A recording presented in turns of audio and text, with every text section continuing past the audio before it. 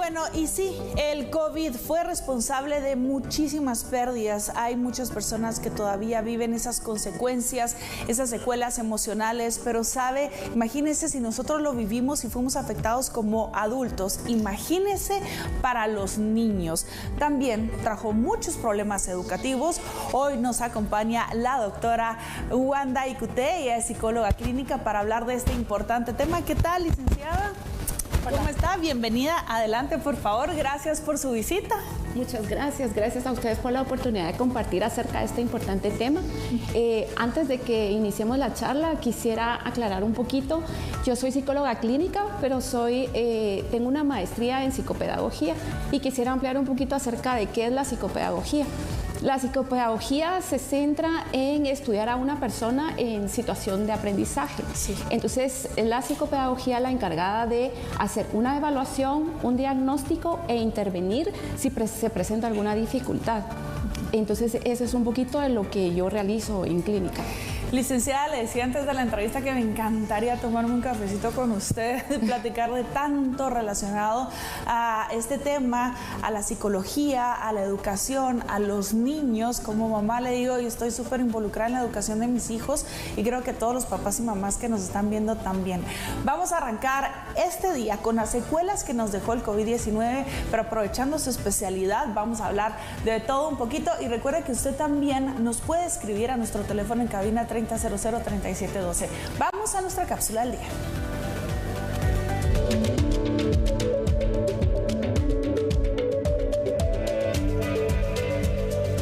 El 13 de marzo del año 2020 se confirmó el primer caso de COVID-19 en nuestro país. La pandemia había llegado a Guatemala y la Organización Mundial de la Salud declaró esta emergencia de salud pública de preocupación internacional el 30 de enero del 2020. Una pandemia que nadie esperaba, que se extendió por el mundo y que afectó a millones de personas, provocando muertes, aislamiento social drástico, cierre de centros educativos, centros comerciales, restaurantes y comercios en general. El miedo invadió nuestras vidas. Casi 5 años después, continúan las secuelas emocionales. Muchos países aún experimentan efectos de la enfermedad. La economía aún no se recupera y aunque nos dejó grandes lecciones, aún hay mucho que hablar del tema. Hoy en el consultorio de médico de cabecera hacemos un análisis con nuestro especialista en el panorama actual post-pandemia. A continuación, el consultorio.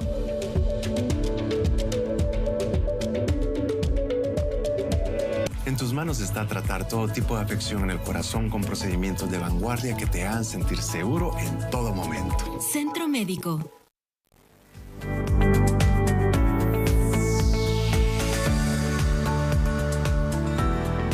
Entonces vamos a charlar con la licenciada Wanda Icute. Ella es psicóloga clínica con orientación en terapia familiar sistémica y, como ella también nos lo aclaraba, es experta en el tema de educación y su relación con la psicología. Hoy vamos a hablar específicamente acerca de todas esas secuelas emocionales y educativas que nos trajo la pandemia de COVID-19, pero que todavía enfrentamos. Hoy por hoy todavía hay muchos problemas relacionados a toda la pesadilla, porque hay que decirlo, fue una pesadilla de la cual sobrevivimos.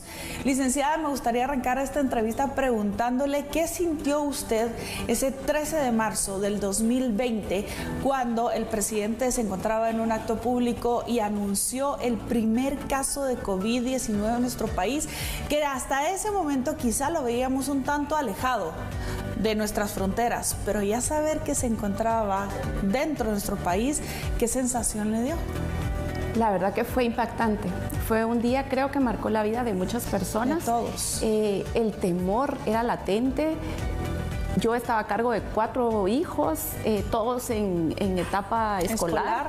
Entonces sí fue impactante, lo recuerdo como un día difícil, un día duro, en donde yo tuve que hacerme cargo de mis emociones y hacerme cargo de 4 niños más, ¿verdad? Entonces sí fue un día que difícilmente vamos a olvidar. no lo vamos a olvidar. Yo tenía un bebé de 3 meses en ese entonces, acaba de nacer mi hijo y lo que yo sentía era un miedo increíble y desbordante en el pecho. Claro. Yo no sabía qué iba a suceder, en ese entonces estaba en un noticiero, justo tuve que dar la noticia y sabiendo todo lo que eso llevaba fue un miedo. Pero ese miedo después no solo nos trajo problemas a nivel económico, a nivel social, sino también educativo. Las mamás y los papás se quedaron como, bueno, los centros educativos cerraron, la tercera parte de la población mundial fue confinada a sus casas. Quiere decir que no salíamos, centros comerciales, restaurantes, comercios en general cerrados. Entonces creo que hay mucho de qué platicar porque si usted cree que ya pasó, claro, el virus ya no es tan mortal, pero las secuelas continúan. ¿Cuáles fueron entonces, para arrancar ya de lleno en el tema, los principales retos a los que se enfrentaron los estudiantes? Vamos a hablar de los estudiantes durante la pandemia. Claro. Como usted bien lo decía, el confinamiento nos cambió la vida, porque no estábamos ni siquiera preparados o pensábamos en algo de este tipo, ¿verdad? Entonces, el primer reto que los estudiantes se enfrentaron fue la virtualidad. No estábamos preparados para un sistema educativo virtual. Y eso a los que tenían acceso a la virtualidad, pero por ejemplo el sector público en educación no tuvo este acceso, así que ellos trabajaron a distancia, por lo cual la educación para ellos fue sumamente deficiente. Otro de los retos es que necesitaban atender sus clases de manera virtual, pero con un adulto presente en casa, que fuera el responsable de mantenerles sus materiales, sus recursos, de que se conectaran a tiempo, de que estuvieran sentaditos poniendo atención, de corregirles las tareas, de explicarles algún tema que les quedaba por ahí no muy claro. Y esto no ocurría en todos los hogares. Eso era un mundo ideal. Desde entonces papá y mamá deben de trabajar, ¿no? La situación está como para que ambos tengan que buscar el sustento económico. Exacto. Entonces, ¿qué pasaba con estos niños en que papá y mamá tenían que continuar laborando, fuera home office o salir de casa? Pues estos niños estaban a cargo de hermanitos mayores o asistirse ellos solos, ¿verdad? Abuelitos a veces. Abuelitos o personas que no tenían el conocimiento necesario para poder explicarles un tema o para resolverles una duda. Entonces quedaban tareas inconclusas, dudas al aire o simplemente el niño había estado conectado pero no había puesto atención. Y esto ocurrió mucho con niños con problemas en la atención, que sus lapsos de atención eran muy cortos. Si estos niños hoy por hoy se pierden en un aula convencional, con maestra y con compañeros, imaginemos frente a una pantalla. El niño simplemente cumplía con la asistencia, pero no estaba en clase. También las habilidades sociales fue un reto que estos niños tuvieron que enfrentar, puesto que no estaban expuestos a socializar con otros niños, entonces estaban en su casa aburridos. Y por último, creo, uno de los retos más grandes y que más daño ha causado fue estar frente a una pantalla la mayor parte del tiempo. Esto causó un daño muy grande y hoy por hoy sigue siendo para nosotros un motivo de trabajo. Justo ayer platicábamos con una doctora en oftalmología, le mando saludos, estuvo aquí conmigo en el consultorio y nos hablaba acerca de cómo sus ojitos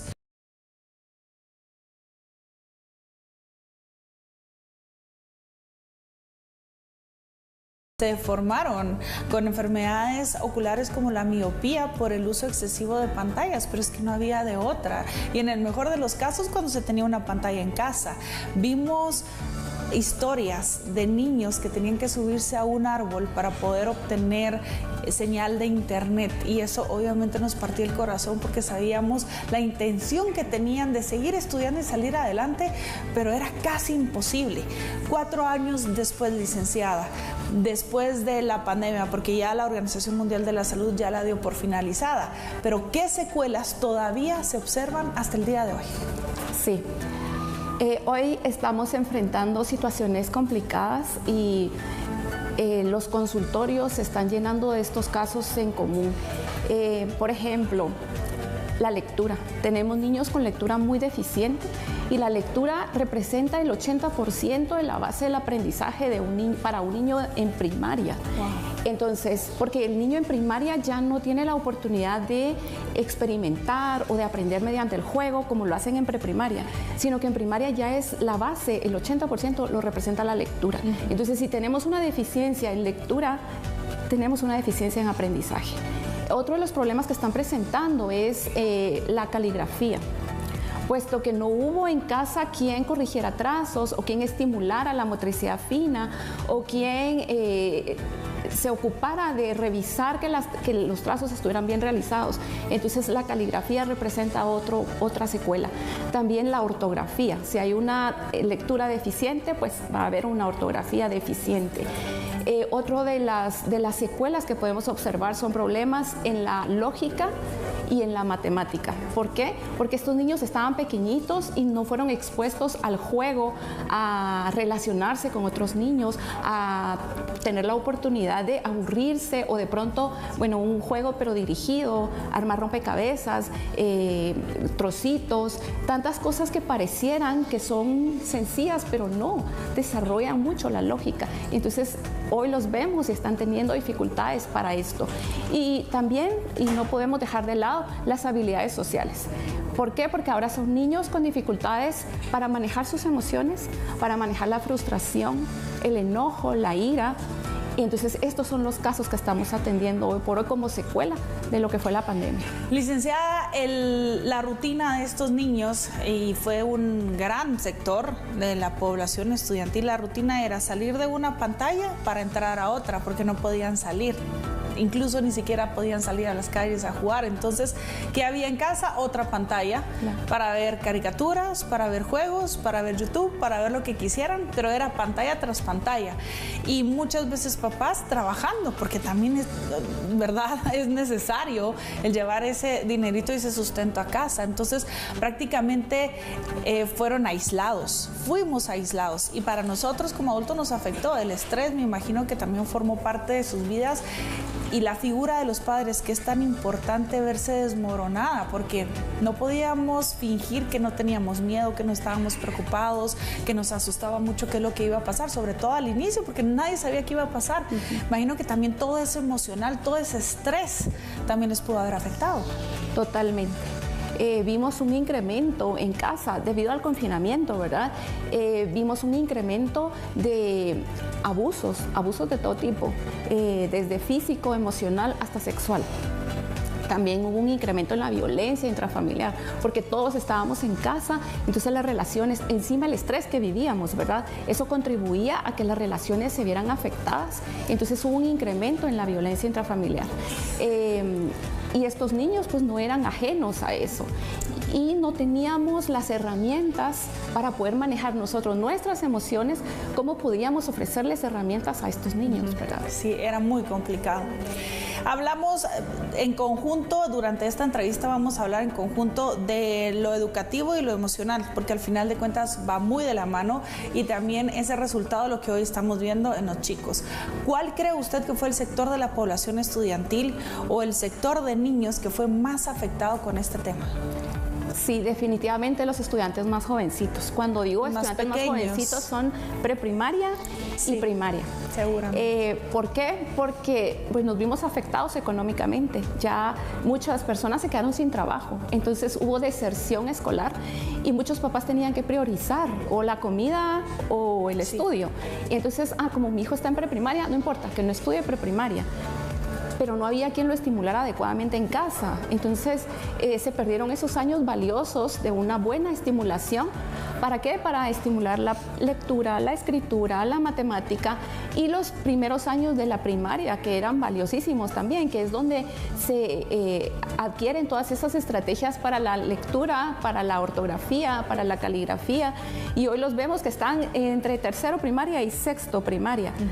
Y presentan dificultades serias, ¿verdad? ¿Esta problemática fue solo en nuestro país o se registra a nivel internacional también? ¿Se ve esa tendencia en cuanto a la educación o nosotros, por ser un país en desarrollo, nos afectó más? Se registra en nuestro país, Pero no somos los únicos. En septiembre de este año se realizó la entrega de unos resultados de un estudio. Este estudio indica que estamos en una emergencia educativa, que necesitamos tomar conciencia y actuar prontamente para intervenir con estos niños en nuestro país, pero también en todos los países latinoamericanos y del Caribe. Qué interesante. Bueno, y si como papá o mamá en este momento me estoy enterando, porque la verdad es que también habían muchísimas situaciones que yo desconocía, ¿qué puedo hacer para poder apoyar a mi hijo y garantizar su éxito en el aprendizaje? Sobre todo debemos estar alertas a todas aquellas señales que nos indiquen que está presentando alguna dificultad en algún área específica. ¿Cómo cuáles? Por ejemplo, está en tercero primaria y todavía deletrea, o la lectura no es fluida, o tiene dificultades con el lenguaje. Ya un niño de 7, 8 años debe tener un lenguaje bien desarrollado, pero si yo veo que presenta alguna dificultad, es importante consultar, puede ser con el pediatra, con el médico de cabecera o con cualquier especialista, para que él nos pueda dar una mejor orientación. Los maestros son un buen indicador cuando nuestros hijos presentan alguna dificultad, ¿verdad? Entonces, a veces, sobre todo en estos tiempos, hemos observado que los papás optamos como, ay, le voy a hacer caso al maestro, ¿verdad? O no saben lo que dice, o porque no quiere a mi hijo, o porque... Estemos alertas ante cualquier señal y busquemos la ayuda profesional.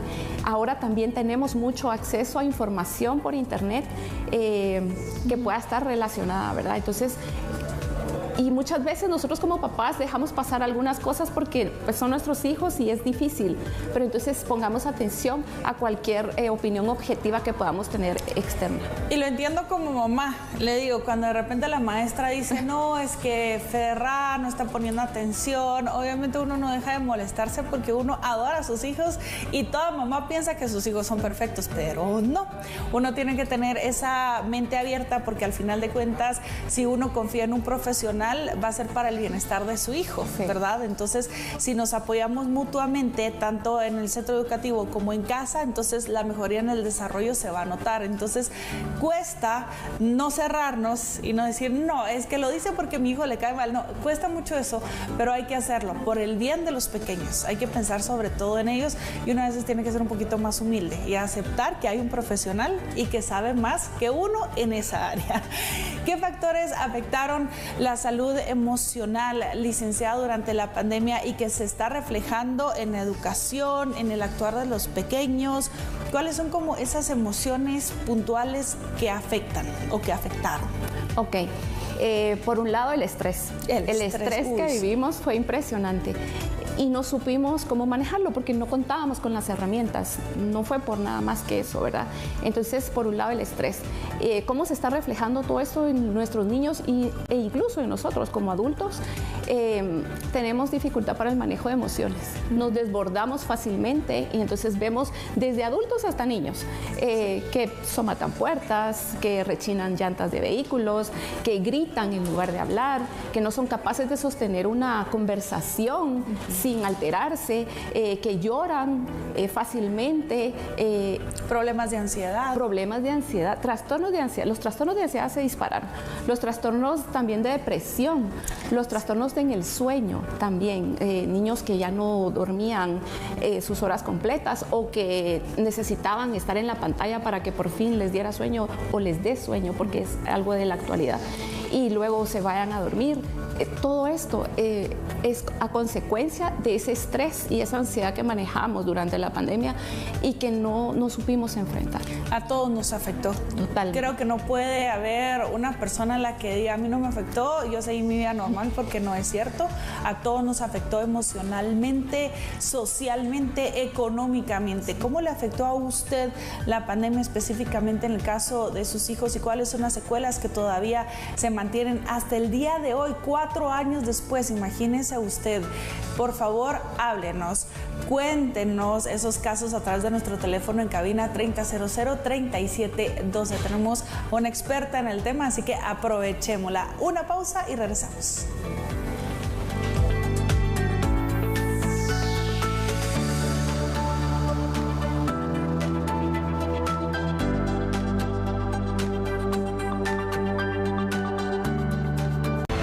competencia por medalla. Esta es la contrarreloj femenil del hexatlón. Mucha atención, 10 mujeres a la pista. Una sola carrera. Final directa. No hay eliminatoria.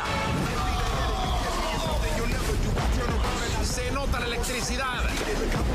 Cualquier cosa puede pasar. Hexatlón, de lunes a viernes y domingos a las 9 de la noche. Solo por TV Azteca Guate, el mejor canal. Elegir la mejor herramienta para trabajar es clave, pero elegir lo mejor para tu salud es sin duda lo más importante. En tus manos está tratar todo tipo de afección en el corazón con procedimientos de vanguardia que te hagan sentir seguro en todo momento. Centro Médico. TV Azteca Guate, el mejor canal. Llegó Navifaxa, la fuerza de los sueños. Somos magia, somos fuerza, somos familia. Visita tu tienda Fax y llena tu hogar de color con cubeta Corona desde 245 quetzales. Además, participa para ganar una de las 14 teles de hasta 50 pulgadas. Navifaxa, la fuerza de los sueños. Aplica restricciones.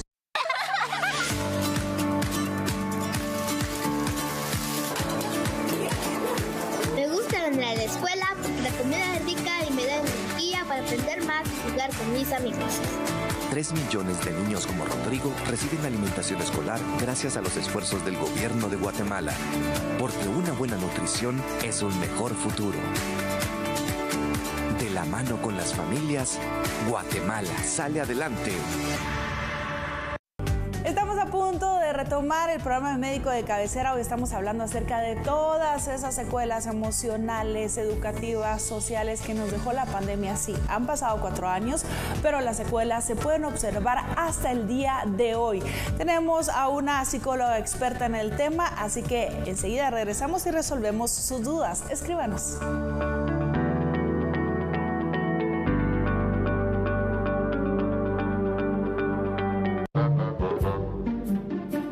Mira, justo la consola que necesitamos. Pero...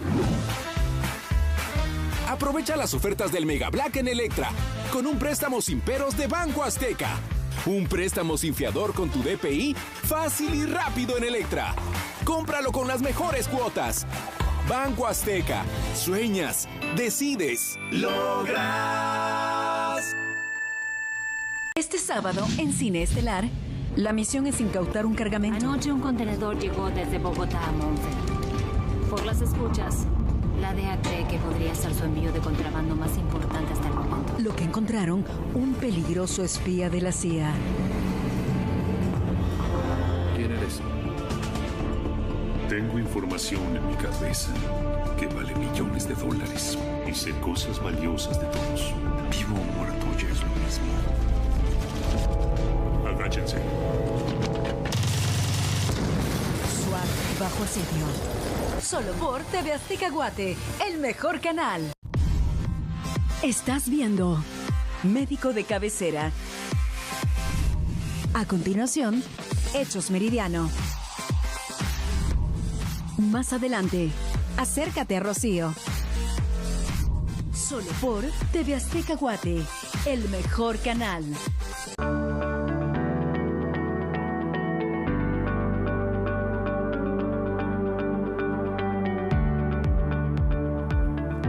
Continuamos con más del programa y es que en Centro Médico transformamos la atención cardiológica con procesos de vanguardia que proveen una rápida recuperación con menos riesgos. Elige a los especialistas en tu corazón solo en Centro Médico. Vamos a continuar con la entrevista y bueno, creo que hemos compartido muchas ideas también como mamás con la licenciada Wanda Icute. Ella es psicóloga clínica con orientación en terapia familiar sistemática y también en psicopedagogía.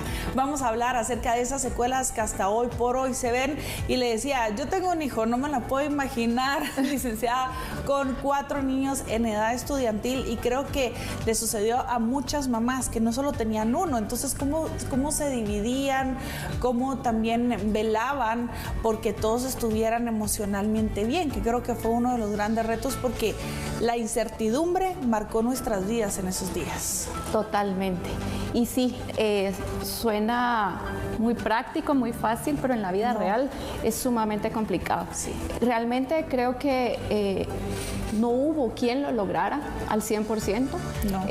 Tuvimos que valernos de estrategias, tuvimos que valernos de mucho valor también para poder manejar todo esto en casa, sobre todo con niños en edad escolar. Fue complicado.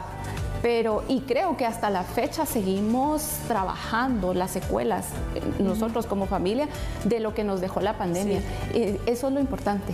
Nunca pensar que, bueno, ya estuvo, ya pasó y acá quedó, sino seguir trabajando, seguirnos esforzando y seguir pendiente de todo aquello que todavía puede ser mejorado, que todavía puede ser superado.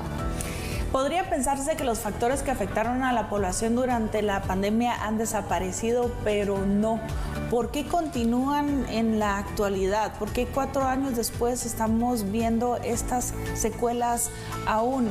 No hemos trabajado en ellos, no nos hemos dado cuenta, estamos actuando de una forma robótica, motora, solo sobreviviendo y saliendo adelante, que no nos hemos puesto a pensar, bueno, sí, yo todavía tengo ansiedad, sí, todavía me cuesta saludar a alguien de beso, sí, mi hijo usa lentes porque tiene miopía debido a las pantallas, o sea, ¿qué está pasando? Precisamente es porque pensamos que, bueno, pasó la pandemia, ya pasó salimos, retomamos nuestras actividades, volvimos a la nueva normalidad, como le llamaban, y ya pasó. Y todo eso como que lo almacenamos en una mochila. Yo siempre uso este ejemplo con mis pacientes, como que lleváramos una mochila puesta y lo guardamos en nuestra mochila. Pero eso no significa que no me siga pesando. Eso no significa que uno lleve ahí la carga. Entonces, cuando yo, por ejemplo, camino 1 kilómetro, no es lo mismo que yo lo camine libremente a que lo camine con mi mochila al hombro y que la lleve con peso. Entonces es por eso que hoy pensamos que ya pasó, todo pasó, pero nunca nos tomamos el tiempo, no nos dimos la oportunidad de trabajar todo ese miedo que sentimos, de normalizar todas esas emociones que afloraron en ese tiempo. Y como dinámica familiar, me imagino que también las familias se vieron afectadas, hubo muchos divorcios. Esto afecta a los niños directamente, afecta con su desarrollo, afecta con su educación, con su sociabilidad y demás. ¿Cuáles son los motivos principales por los cuales hoy por hoy están buscando apoyo en su clínica, con usted, con profesionales de la psicología y que podrían atribuirse a la pandemia? Sí, precisamente sí, la tasa de divorcio se incrementó. Y no fue tratado de una buena forma. Entonces, en nuestra sociedad, sobre todo, los divorcios se manejan como una competencia, ¿verdad? A ver quién gana más, si papá o mamá. Sí. Y nos olvidamos de lo más importante, que son los hijos. Por supuesto que nuestro bienestar es importante, pero en la medida que nosotros estemos bien y que lo manejemos de una manera saludable, nuestros hijos se van a ver beneficiados. También se dispararon los trastornos de ansiedad, los trastornos de depresión, los trastornos en el sueño y en la alimentación. También nos visitan mucho por mal manejo de emociones, por desborde de emociones, por niños que no son capaces de enfrentarse a la frustración, ni siquiera de perder un juego de mesa, no digamos de situaciones más grandes. Entonces, esto es lo que estamos atendiendo mucho hoy en clínica como secuela de la pandemia. Y ahora son niños, pero ¿qué pasa cuando luego sea un empresario, cuando luego sea un empleado de una empresa y no pueda manejar su inteligencia emocional? No va a durar en un trabajo, pero ni 2 minutos, ¿no? Vamos a leer un mensaje de texto por parte de nuestra audiencia y luego vamos a hablar, solo para que no se nos escape durante la entrevista, de cómo identificar si presento alguna secuela. Porque quizá lo hemos estado platicando y usted se identifica con el tema, pero vamos a aprender a identificarlas. Seguramente todos tenemos una o 2 o 3 secuelas de esto. Sí. Vamos a leer mensajes de nuestro público. Buen día, les comento que por la pandemia mi hijo no aprendió a leer y se equivoca en las letras B y D. Los números 3 y 5 las hace al revés. Ahora, al cambiarlo del colegio, no me lo quieren recibir para 3er grado y no quieren bajar, y lo quieren bajar a 1º. ¿Qué puedo hacer? Gracias y feliz día. Wow. Sí, estos casos son más comunes de lo que podemos imaginar. ¿Qué podemos hacer? Mi recomendación sería realizar una evaluación. Existen diversas instituciones que realizan este tipo de evaluaciones y si no, pues buscar el apoyo de un profesional privado. Pero sí es importante realizar una evaluación. ¿Por qué? Porque yo como mamá, con un resultado de la evaluación, puedo ir a cualquier institución educativa y indicarles, ¿verdad? Yo solicito una inscripción para tercero primaria porque mi hijo tiene ganado primero y segundo primaria, pero presenta esta situación. Por ley, las instituciones educativas deben recibir a los niños con cualquier tipo de diagnóstico, pero no todas tienen la capacidad para atenderlos. Entonces, si en una institución a mí me indican, mire, no se lo puedo recibir, siéntase tranquila. Busque una institución que sí esté capacitada para atender a su hijo como su hijo lo merece. No pensemos que esto es una limitante. Al contrario, cuando nos cierran una puerta, demos gracias porque no están capacitados para atender a nuestro hijo. Y busquemos otra, pero sí con algo que nos respalde y que también le dé una luz a la institución educativa de cómo atender a mi hijo. Por supuesto. No preocuparnos y ahogarnos en el vaso de agua, sino saber que hay opciones. Y mucho ánimo, porque yo entiendo precisamente lo complicado que es esforzarse como mamá y que en una institución te cierren la puerta, pero hay que tener esa mente abierta y el respaldo. Totalmente. Muy bien, licenciada, solo rápidamente, se nos terminó el tiempo de la entrevista, pero ¿cómo puedo identificar si alguno de los chicos tiene una secuela?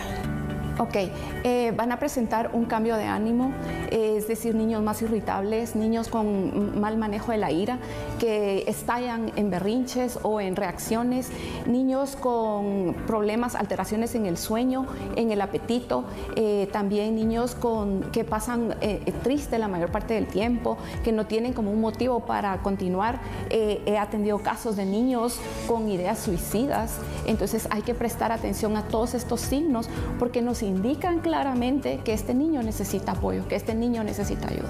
Gracias, licenciada, por estar en Médico de Cabecera, que no sea la primera ni la última, porque hay muchísimo en qué platicar con usted. Claro que sí, gracias a ustedes por el tiempo. Gracias a Centro Médico también por estas entrevistas de calidad y estos profesionales que nos ayudan a resolver las dudas de nuestros televidentes y nos dan una muy buena guía. Vamos a hacer una pausa, así que a regresar seguimos con más especialistas y con nuestro fisioterapeuta Ernesto Man. ¿Qué hacer después de una lesión de tobillo? ¿Sabe usted qué hacer? Bueno, acá se lo contamos. Ya volvemos. En tus manos está tratar todo tipo de afección en el corazón con procedimientos de vanguardia que te hagan sentir seguro en todo momento.